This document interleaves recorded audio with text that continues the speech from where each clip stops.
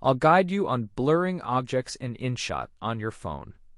Follow these steps carefully to achieve the desired blur effect, as you can see here. First, open the app and go to the video section, as you can see here, to start editing your content.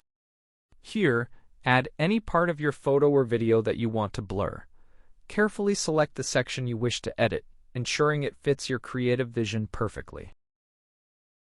For example, I will use this particular video clip, as you can see here. What is our next step then? Tap on Effects, then Effects again, and search for Blur. Carefully browse the options to find the perfect blur effect for your project. Once you've found the blur, feel free to select any blur effect that you like best. Explore the options to find the one that perfectly suits your creative vision. You've chosen this one, or maybe that one, or even another.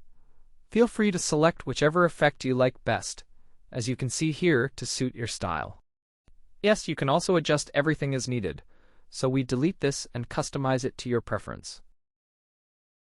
For example, if you have it, tap on Settings, and here, as you can see, you can choose either filters to enhance your video or effects to add more creativity.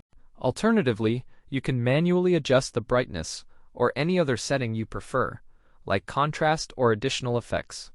Feel free to explore these options, tailoring everything as you wish.